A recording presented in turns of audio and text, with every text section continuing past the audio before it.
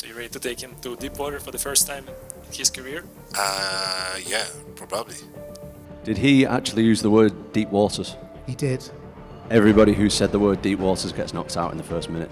Go back and check the media that you've done. This is a big challenge, and everybody knows that already. We don't need to the noise around this fight. Everybody knows we are new breed. People waiting for this fight.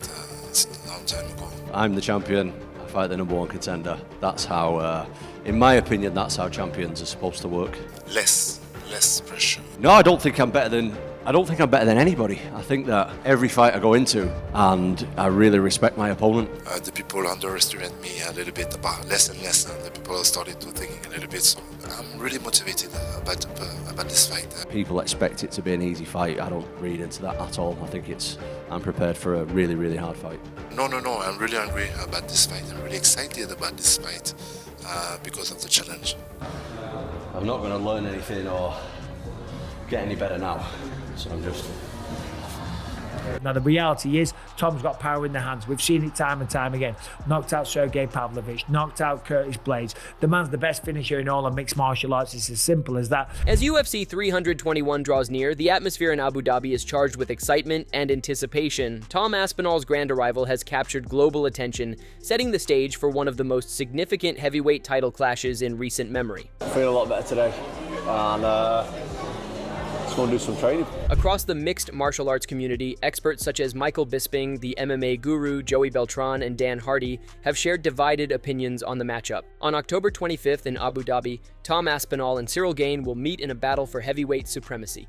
A showdown shaped by preparation, power, and expert prediction. His fights have never gone past the second round in the UFC, and one crack is all it takes, and one opportunity on the ground is all it takes. And we know that Tom Aspinall has lost a lot of weight coming into this one. I forget what the percentage was, but just recently it showed that his body fat percentage is down to something crazy like 6 or 7%. At heavyweight, that's insane. And you know why that is? You know why he's done that? Because he knows that Cyril's going to be on his back. Of course, Cyril's going to have a game plan. Of course, he's going to use the footwork. And Tom is going to have to catch him. He's going to have to be able to match the speed. Joey Beltran recently offered his take on the bout, voicing strong confidence in Cyril Gane's striking prowess. He highlighted Gane's precision, timing, and movement as key elements that distinguish him as one of the most technically gifted heavyweights in the division. Beltran suggested that if Gane can assert control early and secure a win within the first 2 rounds, it would reaffirm his place among the elite strikers of modern mixed martial arts. I think Cyril Gane is the far superior striker. I know people call me crazy. I do believe Cyril Gane is the far superior striker. And if this fight stays upright, and if this fight goes past 2 rounds, Cyril Gane is an absolute lock, in my opinion. But does it? I think I feel like people misrepresent my view on Tom Aspinall, because I have said Tom Aspinall is arguably the most overrated fighter on the roster, solely because John Jones didn't want to fight him. At the same time, Beltran acknowledged Tom Aspinall's athleticism and raw talent, but cautioned that the hype surrounding him may have developed too rapidly. In Beltran's view, Aspinall must prove himself against a cerebral and tactical opponent like Gane. Still, he admitted that Aspinall's explosive power and agility could completely alter the fight's dynamic. By combining movement with heavy, accurate strikes, Aspinall might disrupt Gane's rhythm and expose weaknesses in his defense. For Beltran, this contest will reveal whether Aspinall can convert those physical advantages into victory against Gane's composed, technical approach. His chin is always up in the air. His boxing is not that crisp. Cyril Gane is a far superior kickboxer, more technical. But here's my problem. Aspinall has the power threat. He probably has the speed advantage. And he can mix in the grappling. If this stays standing, Aspinall can clip him in the first 2 rounds. After that, I think he gets out kickboxed. I know people are like, oh, Ty caught Gane. I mean, we're picking out one moment. You could say, oh, well. The MMA guru, in his UFC 321 predictions, characterized the heavyweight main event as an explosive yet brief encounter, predicting it may last only 3 to 4 minutes. While recognizing the immense talent of both fighters, he noted that their vulnerabilities could be exposed by future contenders. Nevertheless, he anticipated a short but electrifying display of elite striking and high-intensity action. I see him taking Cyril Gane down early because he has amazing fight IQ. Tom Aspinall knows Technical striking ability, Gane's probably better. And he knows if I grapple him, I can probably find an easy sub. And so I'm going to pick Aspinall to get a submission. I'm going to say like second round sub. If it gets past the second round, I really see Gane winning this fight.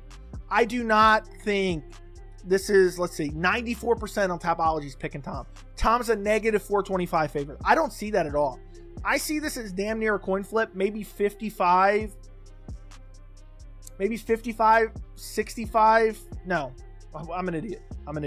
Dan Hardy offered a different perspective, praising Tom Aspinall's ever-evolving skill set. He pointed to Aspinall's use of side attacks, sharp elbows, and powerful knees as tools that make him unpredictable and dangerous from every angle. Hardy emphasized that this technical evolution stems from Aspinall's disciplined and well-rounded training environment, one that prioritizes precision, timing, and adaptability under pressure. He also referenced Rico Verhoeven's praise of Aspinall's striking as elite, describing it as a genuine reflection of the heavyweight's continued improvement. For Hardy, Tom Aspinall's development represents not just athletic growth, but a deliberate pursuit of becoming a complete mixed martial artist. And I would imagine he's looking sharp on the pads. Plus, he has a neck tattoo. He's unstoppable. His confidence. He's now the heavyweight champion. He has a neck tattoo. There we go. He's like filling out his tattoos. He's like, he's like feeling himself.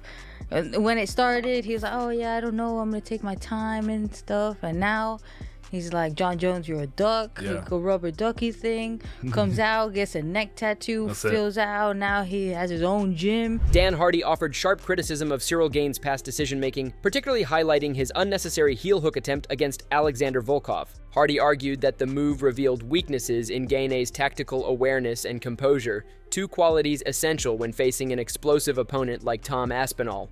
He cautioned that even the slightest lapse in focus could prove disastrous, stressing that Gane must demonstrate sharper judgment, tighter defense, and unwavering discipline to withstand Aspinall's relentless speed, precision, and pressure. In Hardy's view, the octagon leaves no room for error, and Gane cannot afford to repeat the same mistakes. He was like looking good, and then he goes for a heel hook, and I'm like, oh my god. Yeah. Why? Why'd you do that? I even thought that when works, Marcus Davis did it to like, me. if that works in the anytime anybody does that to me, I'm like, thank you. I will get up and I will punch you. Yeah, what did you terrible do? Idea. But it's just the fact that, like, sometimes, let's say it works in the gym, right? Let's say he subs everybody. But of course you're going to tap to a heavyweight, dropping for a heel hook. You're not going to risk to see if the technique was good before you tap. During a recent podcast, Michael Bisping voiced strong confidence in Tom Aspinall, describing him as a fighter completely devoted to his craft and free from outside distractions. Bisping emphasized that Aspinall's mindset, focus, and discipline distinguish him from others in the heavyweight division. He noted that Aspinall lives and breathes mixed martial arts, constantly studying and refining every aspect of his game. According to Bisping, that level of obsession and dedication gives Aspinall a crucial mental advantage, and he firmly predicted that Tom would secure a decisive victory at UFC 321. Tom is just obsessed with this game. You know what I mean? There's zero distractions. And I think that does play in a little part as well. I think we both have, there's no point even asking, I think we both have Tom winning this. I think he wins it. I think he gets the finish. The question is, if we look at the UFC rankings, is Tom Aspinall at this point a top 5 heavyweight great? Because I think when we talk about best heavyweights on the planet, obviously, best heavyweights in history, Tom Aspinall won't be doing that. He will be strong, he will be lean, he will be fast, he will be quick, and we know he's got the technique. Can he catch Cyril Gane? Yes, of course he can. Can he take him down? 100%. But the big question is, if Tom catches him, if he takes him down, can Cyril get back to his feet? There's a good possibility, right? Getting back to your feet is not that hard if you put the time and effort into it, okay? You don't play the jiu-jitsu game. You don't make mistakes. You shrimp. You push up against the fence. You do a wall walk, okay? You work on your whizzer. You get your underhooks, okay? Tim Welch also praised Tom Aspinall's finishing ability, calling him one of the most efficient heavyweights in the sport today. He pointed out Aspinall's remarkable record of 15 wins and only 3 losses, with every victory earned by way of a finish. Welch explained explained that this consistency highlights Aspinall's killer instinct and his ability to capitalize the moment he senses an opening. In Welch's view, Aspinall's combination of precision, power, and composure makes him a lethal finisher, capable of ending fights in spectacular fashion while maintaining a rare balance of patience, timing, and explosiveness that keeps his opponents perpetually on edge. The guy is a serious finisher here. 32 years old, prime, 6'5", 15 wins with 3 losses. All 15 wins are by finish.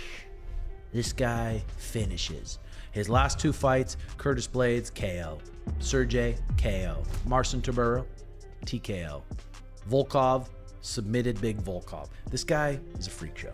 Several analysts, including Sean O'Malley and the MMA Guru, have also weighed in ahead of the highly anticipated UFC 321 main event. O'Malley underscored Aspinall's exceptional athleticism and explosiveness, describing him as a dangerous challenge for anyone in the heavyweight division. He noted that Aspinall's calmness under pressure and ability to dictate the pace through speed and timing make him particularly effective in chaotic exchanges. According to both O'Malley and the MMA Guru, Aspinall's composure, physical gifts, and strategic intelligence could play decisive roles in determining the outcome of this high-stakes title clash. Explosive, looks like But we were saying the same things about Gane before Tom came around. He also was. We were saying, he moves like a lighter guy, like he moves around like a middleweight, like heavyweight. But Tom moves like a welterweight. It's weird. What John Jones did to Ciryl Gane, though, it just made it look so easy. It took a lot of steam off Ciryl. I think people don't respect him as much as just because of what John did to him.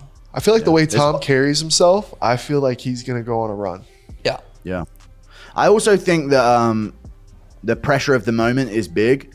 At the same time, many experts believe the pressure surrounding this event is immense, yet Tom Aspinall appears mentally equipped to handle it. In contrast, Ciryl Gane faces increasing skepticism from fans, largely due to his performance against Jon Jones, where he was dominated early and struggled to display his usual composure. Analysts suggest that the public criticism and doubts about Gane's mental toughness could weigh heavily on him heading into this fight. For Gane, this bout is not only about reclaiming the heavyweight title, it is about regaining respect, while Aspinall seems poised to thrive under the brightest lights of his career. And so far from Ciryl Gane, every time there's been a high-pressure moment, he's kind of fumbled it and had a bit of a stinker of a performance. And Tom seems to rise to the occasion under like immense pressure. You're one of those guys, right, Sean, where you can just, the more the pressure's on, it kind of like makes you sharper, more dialed in. You know, your first title fight with Aljo, it's almost like meant to be. Like there's this weird control you have over it. Tom's the same. Chael Sonnen weighed in on what a victory for Tom Aspinall over Ciryl Gane at UFC 321 could mean for the heavyweight division. He explained that if Aspinall were to win decisively, particularly with a first-round knockout, it would reshape the UFC's future matchmaking narrative. Sonnen noted that such an outcome would make it nearly impossible for the organization to keep Jon Jones and Tom Aspinall in separate storylines, as fans would immediately demand a showdown between the two champions. If Tom were to win, your ability to have Pereira and Jones in the bracket but not matched up becomes a little bit more difficult of a story to tell. And you would likely default to the lowest hanging fruit, which is, this is a #1 contenders match. That way you're involving your heavyweight champion. You're not pushing aside your champion. And by the way, if Tom lights Ciryl up in the first round, he's likely to do it on his feet. If you knock out Ciryl Gane, which Francis Ngannou couldn't even knock him down, the myth of Tom, which is starting to grow, it's going to be different. It's going to be this beautiful thing. Sonnen further emphasized that if Aspinall managed to defeat Gane in striking exchanges, accomplishing something even Francis Ngannou could not, it would elevate his reputation to a whole new level. He described this moment as the beginning of a powerful new chapter in Aspinall's career, marking his transformation from a respected champion into a true phenomenon within the sport.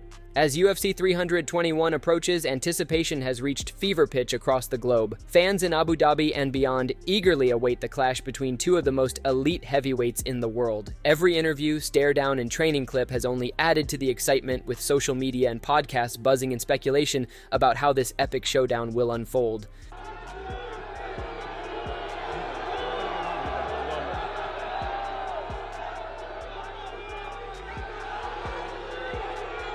The question now looms large. Who will emerge victorious under the bright lights of the Etihad Arena? Will Tom Aspinall once again display his speed and power to deliver another dominant finish? Or will Ciryl Gane's precision and composure finally bring him the redemption he seeks? Fans around the world are invited to share their predictions and thoughts on how this historic heavyweight battle will conclude.